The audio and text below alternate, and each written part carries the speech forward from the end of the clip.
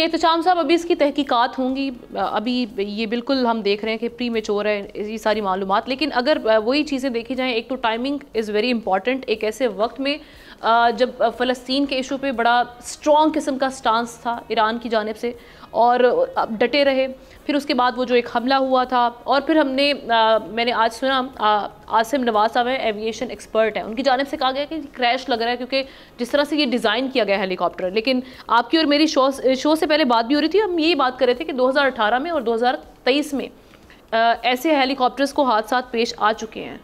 तो सर, ये किस तरह से आप पूरे मामले को एनालाइज करेंगे?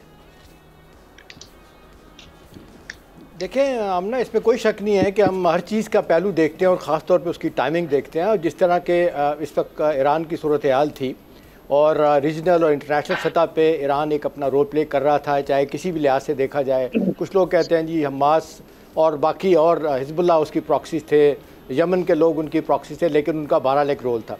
लेकिन इसके फौरी कॉन्सिक्वेंसेस भी हैं और लॉन्ग टर्म भी हैं। देखिए, फौरी तौर पे तो इब्राहिम रईसी जो है ना, उनकी डेथ का हो जाना, ये ईरान के लिए सफारती तौर पे, सियासी तौर पे, नज़रियाती तौर पे आमना एक बहुत बड़ा सेटबैक है। देखिए, वो शख्स जो ग्रूम किया जा रहा था, एक मिडल रैंकिंग एक हार्ड लाइनर थे, उनको ग्रूम किया जा रहा था कि उन्होंने सुप्रीम लीडर की जगह लेनी है। उस बंदे को टारगेट किया गया या टारगेट हुए या अल्लाह ने अपने हिसाब से उनको उठाना था, इसके कॉन्सिक्वेंसेस हैं, इसको हम नज़रअंदाज नहीं कर सकते। एक दूसरी बात यह है कि अब बार बार ये बात आ रही है कि जी इससे फौरी तौर पे क्या होगा। देखिए, कुछ लोगों का ख्याल है, मैं देख रहा था इंटरनेशनल मीडिया भी इस पर बहुत बातें कर रहा है कि जी स्ट्रेटेजिक डायरेक्शन इसकी तब्दील नहीं होगी ईरान की। हाँ, टेक्टिकली कुछ चीज़ें जो है ना थोड़ी बहुत तब्दील हो सकती हैं।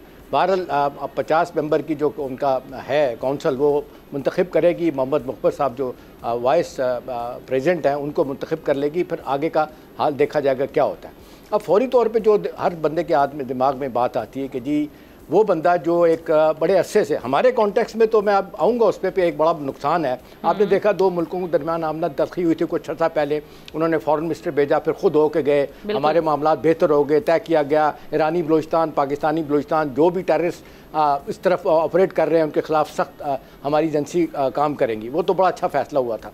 अभी देखा जाए इंटरनेशनल कॉन्टेक्स्ट में तो ये बात तो है कि ये एक बंदा जो मिडल रैंकिंग एक हार्ड लाइनर है, उसने आगे चल के एक सुप्रीम लीडर का रोल अदा करना है। तो जाहिर है इसके लिए इजराइल को भी शायद तकलीफ़ हो सकती है, अमेरिकन को भी तकलीफ़ हो सकती है, और एक अरसे से वो लगे हुए हैं। देखें ना, जब से इनकलाब आया 45-50 बरस हो रहे हैं, वो ये पहला इनकलाब है। हम देख रहे हैं कि इस सदी में जो उसको अमरीकी नाकाम नहीं बना सके, बहुत कुछ हुआ। ओपोजिशन लीडर हैं उनके बहुत सारे, मैसा मिनी की बात होती है जो 2 साल पहले जिस 22 साल की लड़की को जिस तरीके से मारा गया था। अब सवाल ये है कि जी अब इसको कैसे देखा जाए। एक तो ये आमना कि ये हेलीकॉप्टर 45 साल पुराना है, ये हमें बात माननी पड़ेगी। ठीक है। दूसरी बात है कि वो ईरानी ये कहते हैं कि हम बार बार इनको कहते हैं अमेरिकन को कि आपने हमें दिया था, हमें इसके पुर्जे चाहिए, दिए जाएँ, वो नहीं दिए जाए। दूसरी बात ये, जी हाँ, दूसरी बात यह कि रशियन और चाइनीज़ टेक्नोलॉजी के उनके पास हेलीकॉप्टर हैं, लेकिन आमना वो इतनी बुलंदी पर नहीं उड़ सकते। लिहाजा ये इन हालात में जहाँ ये ट्रैवल करना था इन्होंने, वो उस बुलंदी पे जाना था। अब एक चीज़ जो मैं आप देख रहा हूँ इंटरनेशनल मीडिया में, अगर आप मेरा हाथ की तरफ इशारा समझें, देखें जो बात होती है ना हार्ड लैंडिंग आती है, आके ठक करके गिरती है। अब एक रिपोर्ट बता रही है कि जी वो हेलीकॉप्टर ऐसे आया। जब ऐसे आ रहा होता है तो कॉन्स्पिरेसी थ्योरीज उसमें हो सकती हैं कि किसी ने कुछ किया होगा। अब सवाल ये है कि जी चलें, जो ईरानी एजेंसी है इस पे काम कर रही हैं, वो क्या होगा। लेकिन मेरा ख्याल है फौरी तौर पे तो अगर ये सैबोटाया जाए तो उन्होंने अपना हदफ हासिल कर लिया, अल्लाह करे कि ऐसा ना हो। लेकिन बहरहाल क्योंकि ईरान एक हदफ तो बना हुआ है उनके लिए, उनको चुभता है। हमारे लिए एक बड़ी मुश्किल है कि बड़े अरसे के बाद ईरान और सऊदी अरब में ताल्लुकात बेहतर हुए थे, आमना हम फंस गए हैं। एक तरफ वो चाइना अमरीका में कहता है कि जी अब हटे, एक तरफ ये है। तो मेरा ख्याल आने वाले दिलाम आखिरी बात मैं आपको बताऊं। देखिए, इससे फौरी तौर पे हमें यह है कि पाकिस्तान को इस लिहाज से इसका नुकसान है, क्योंकि पाकिस्तान ये चाहता था कि ये अपना टाइम मुकम्मल करे, और हमारे जो ताल्लुकात ईरान के साथ बेहतर हो रहे थे, अब यू नेवर नो कि ये किस तरफ जाएंगे। जी ठीक है, सब्सक्राइब करें और बेल दबाएं ताकि कोई खबर रह न जाए।